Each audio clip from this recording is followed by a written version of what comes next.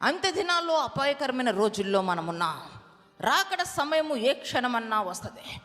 బుద్ధిగల కన్యకల వలె సిద్ధపాటు కలిగి ఉండాలి. కానీ మన జీవితంలో బుద్ధి లేని వారిలాగా మన జీవితంలో అల్ప విశ్వాసం రావడానికి వీల్లేదా? మనము పరలోకానికి చేరాలంటే ఆత్మ ఫలములలో ఒకటైనటువంటి విశ్వాసము కలిగి జీవించాలి. ఏ హృదయములో అయితే విశ్వాసం ఉండదో ఆ హృదయము దుష్ట హృదయంగా మారిపోతుంది. హెబ్రీయులకు రాసిన పత్రిక 3వ అధ్యాయంలో స్పష్టంగా రాయబడి ఉంది, దేవుని మీద విశ్వాసము లేని దుష్ట హృదయము మీలో ఎవరి యందైనా ఉన్నదేమో చూచుకొనుడి. కనుక దేవుని యందలి నమ్మకాన్ని కోల్పోవడానికి వీల్లేదా?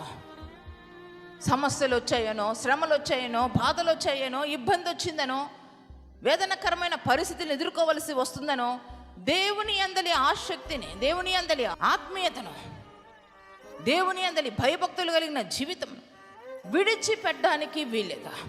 మనకి ఇబ్బందికరమైన పరిస్థితి వస్తాయేమో కానీ ప్రభు యందలి విశ్వాసము కోల్పోకుండా విశ్వసించి ప్రభు వైపు చూసిన ఎడల అట్టి శ్రమలను, అట్టి సమస్యలను, అట్టి బాధల నుంచి మనము విజయాన్ని పొందుకుంటాం. దేవునికి మహిమ కలుగును గాక.